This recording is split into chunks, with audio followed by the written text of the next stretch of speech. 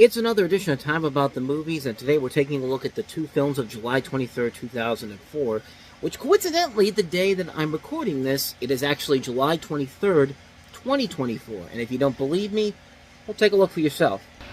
See? There you go. 11:37 on July 23rd, 2024. So while you might be seeing this on the 24th, or maybe later on down the road, note that this is being recorded 20 years to the day of the movies that we're going to talk about here. And we got two notable movies here to take a look at. So I've wasted enough of your time already, so let's go ahead and get right to it. And we'll start off with the biggest new release of the weekend. It's Matt Damon returning as Jason Bourne in The Bourne Supremacy. Matt Damon is Jason Bourne.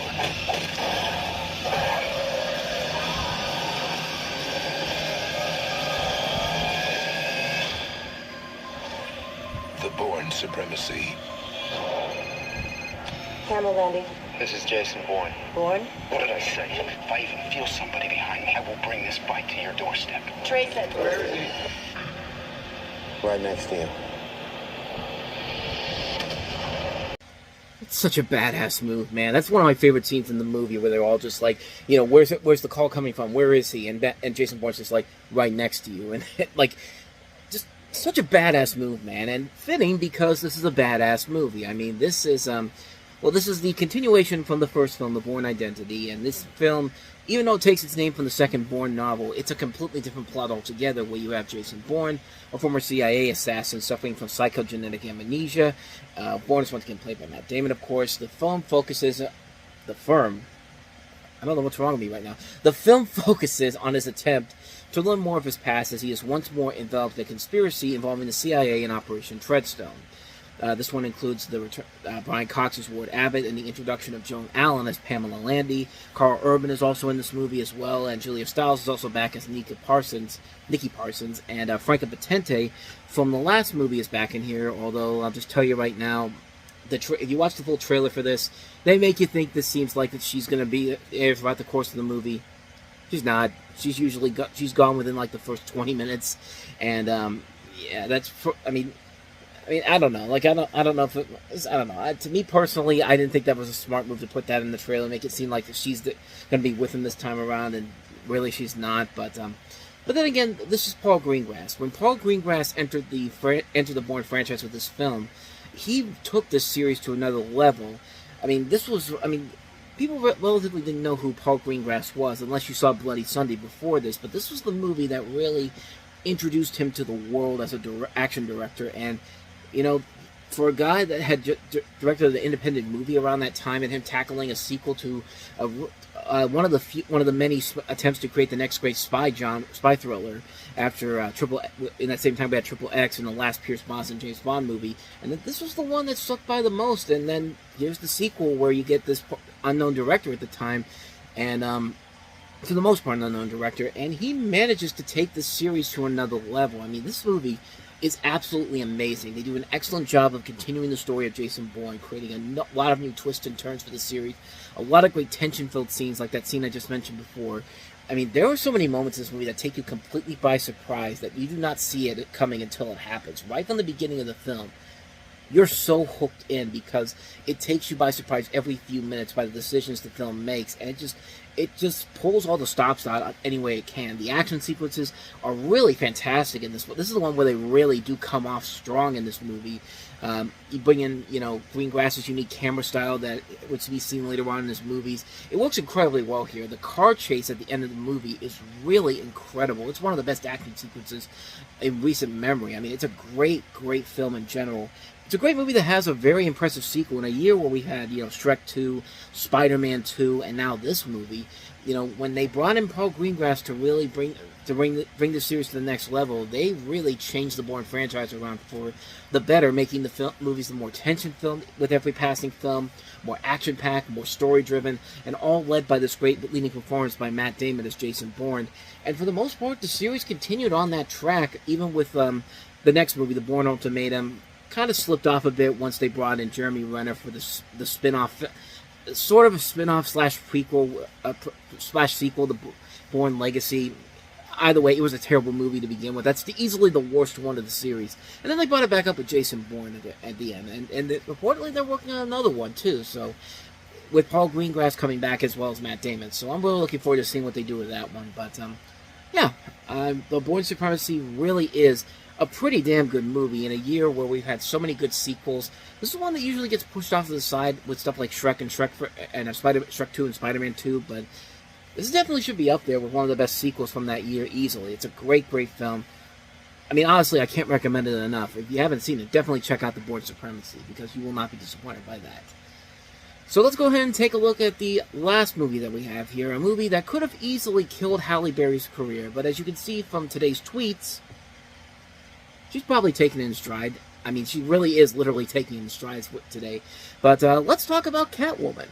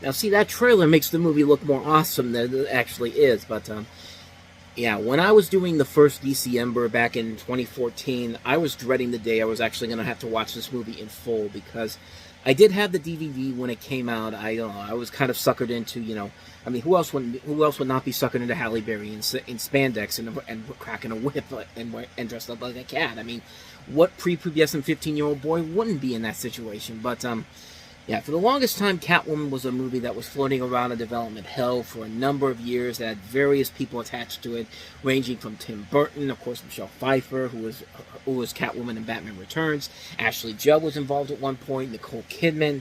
And then it went to Halle Berry and a director called Pitoff, a French director who's best known for being a visual effects supervisor, because clearly that works so well. I mean, didn't you see how great it worked for the Strauss brothers when they made Alien vs. Predator? Which, by the way, this guy was a second-unit director on Alien Resurrection. We're already not in a good spot here. We haven't even gotten to the actual plot of the movie here. And the plot, it's a plot, all right. You can pretty much tell right away how bad this is going to be, but Catwoman is the story of shy, sensitive artist Patience Phillips, played by Halle Berry, and honestly, those words right there, I could just stop right now, because you can already see the problem with the movie right here, but for the sake of this, we'll continue on. A woman who can't seem to stop apologizing for her own existence. She works as a graphic designer for Hadari Beauty, a mammoth cosmetics company on the verge of releasing a revolutionary anti-aging product. When Patience inadvertently happens upon a dark secret her employer, played by Sharon Stone, is hiding, she finds herself in the middle of a corporate conspiracy. What happens next changes Patience forever. In a mysterious twist of fate, she is transformed into a woman with the strength, speed, and agility and ultimate keen senses of a cat. Again, I could stop at any time if I want to, but because this sounds so terrible, but let's continue on, because trust me, it's going to get worse before it gets better. And by that, I mean not better at all. With her newfound prowess and feline intuition, Patience becomes Catwoman, a sleek and stealthy creature balancing on the thin line between good and bad. Like any wildcat, she's dangerous, elusive, and untamed. Her adventures are complicated by a burgeoning relationship with Tom Lone. Have you had enough yet? I certainly have had enough yet. I mean, I could stop right there, because this sounds like Stephanie Meyer garbage here, brought into a universe that shouldn't exist because Catwoman already exists in the Batman movies, but I digress. Tom Lone, played by Benjamin Bratt, is a cop who has fallen for Patience, but cannot shake his fascination with the mysterious Catwoman, who appears to be responsible for a string of crime sprees plaguing the city. Now, doesn't that sound nothing like Catwoman? I certainly hope so, because the writers of this movie clearly weren't aware they had 75 years of research material on this character and didn't do anything with it, because it's clear from this plot that this is nothing but made-up garbage that has nothing to do with Catwoman. You know how we have the Sony Spider-Man universe that technically started off not involving Spider-Man, you know, the Venom movies, you know, Morbius, Madam Web? Imagine that, but almost 20 years, over 20 years, almost 20 years prior to that, and it's only contained to one movie instead of multiple movies that somehow keep getting worse and worse with every film. But I digress. I mean, it's not even the worst part of the movie, honestly. And where do you even start? Let's start with the names. Patience Phillips, Tom Lone. Tom Lone. Names that do not sound realistic by any means necessary. So why are they named these characters? Because, you know, we have Alex Borstein from Family Guy in here. She has to be the comic foil, and she's forced to make a really unfunny joke about her last name, about his last name, only to have it end with her saying Bone. I mean, I swear to God. I mean, the scene in particular would make even Lois from Family Guy lose her mind here, because it's that bad of a scene. Like, it's forcing really bad comedy here. But they take the story of Catwoman and just destroy it. There is absolutely nothing that is relatable to the character of Catwoman from any of the movies or comics at all, from the origin of how Catwoman came to be, which the trailer doesn't show you how hilariously bad she gets axed off at the beginning, because, no, she doesn't get shot like in the trailer. No, she's standing in front of a pipeline with water, and she just falls right into the water, and the way it looks is just amazingly bad. It adds like a stupid split personality story to literally having Halle Berry sniffing catnip, like she's just sniffed pounds of cocaine, and those cat puns, man, they are just all over the goddamn place. And let's talk about the costume. Who thought that was a good idea? No mentally sound human will find this costume sexy at all. As much as they're trying their best. I mean, you got Halle Berry there, and even she can't make it look sexy. And I'm sorry, like, I love Halle Berry, man. I know this is going to be a bashing of her saying yes to this, but I will say some nice things about her by the end of this. I'm promising this. You're seeing my fingers crossed. I will say positive things about Halle Berry of this, because there are things about her in this movie that I will say that are positive. But getting back to the movie itself, every character in this movie is stupid. Tom Lone spends way too much time figuring out who Catwoman is. Like, she's just like Batman in every way, when clearly she isn't in this movie. Like, the villain is so stupid because her plan is not really evil. She lies to herself right in front of Catwoman.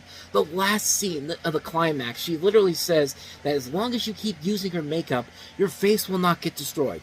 2 minutes later, her face gets so screwed up, so clearly the makeup isn't any damn good.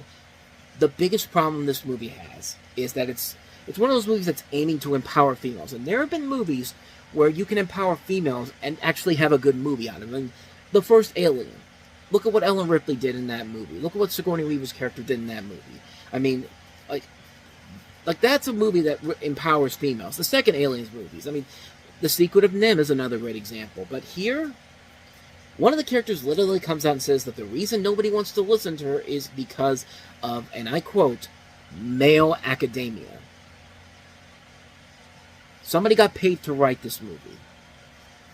Don't tell me that this is a movie that's supposed to feature a strong lead female character when you add a line like that into a movie. You know, at least with bad films like Red Sonja, Supergirl, Elektra, they were at least trying to provide good lead female characters, but they all had terrible scripts to work with. But this is just, it's awful. It's absolutely awful. And this makes Angelina Jolie in Tomb Raider seems like the most well-handled lead female character. That's how bad it is when Angelina Jolie's Lara Croft is a more likable character, a likable lead female character than anybody in this movie. I hate when movies say that we're going to show that females can be just as great as the lead male characters can. And then we get stuff like Sucker Punch in the Spirit, where they're just there to be glorified for their sexuality, and that's it. I said it back when I did my original review, I'll say it again. When an animated kids show like My Little Pony Friendship is Magic has better lead female characters who are written as stronger, independently written female characters who act like regular people most of the time, that's how you know how bad it is here. I mean, yeah, it's amazing that it's gotten to this point. I mean, I think I've honestly pretty much said everything I needed to say that's bad about this movie. It just sucks so hard. The movie itself, there's not one good thing about this movie, but I will give Halle Berry this. I don't think she's bad in the movie. Like, I know I said her character's pretty stupid in here, but she is committed to the role. And whether or not she realized at the end of it, which I'm pretty sure she realized after it was done, it was just like, she probably regrets doing this, but then again, there's somebody who has having a lot of fun with it. I mean, just today, like I showed you the tweets. I mean, right there, she's clearly having a ball with this. I mean, when she won the Razzie for this movie, you know what she did? She actually went up and accepted the award.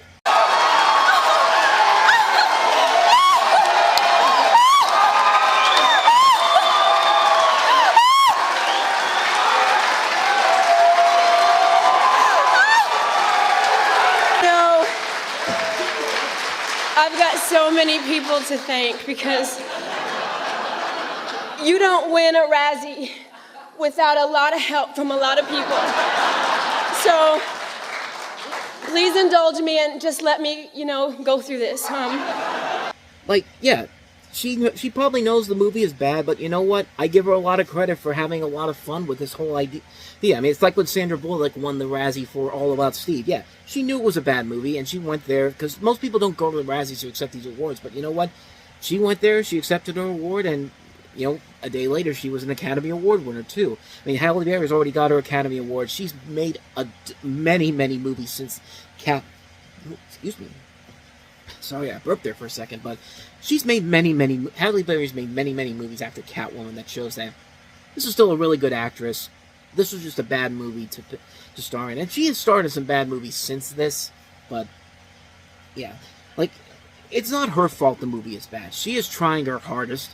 I mean, it's not her fault the character is written badly. It's not her fault the movie is written badly. It's not her fault that this movie is what it is. It's just a really bad idea that just, it's just a terrible, terrible film. I mean, what more do I even need to say about this film that hasn't already been said already?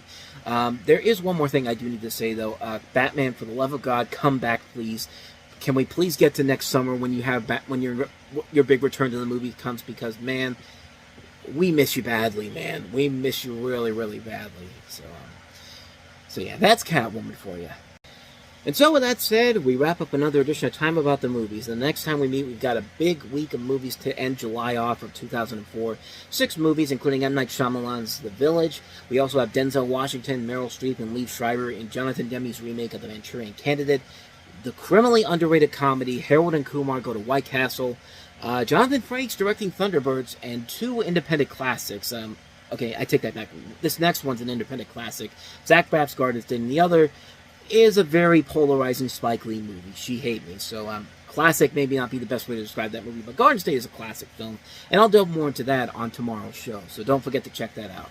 But in the meantime, thank you so much for watching, and if you want to see more videos like this, please hit the place on the next page, check out the previous episode, and also don't forget to hit the like and subscribe button if you want to see more videos like this on this channel. So, with that said, I am off. I will see you guys next time, and until then, as always, take care.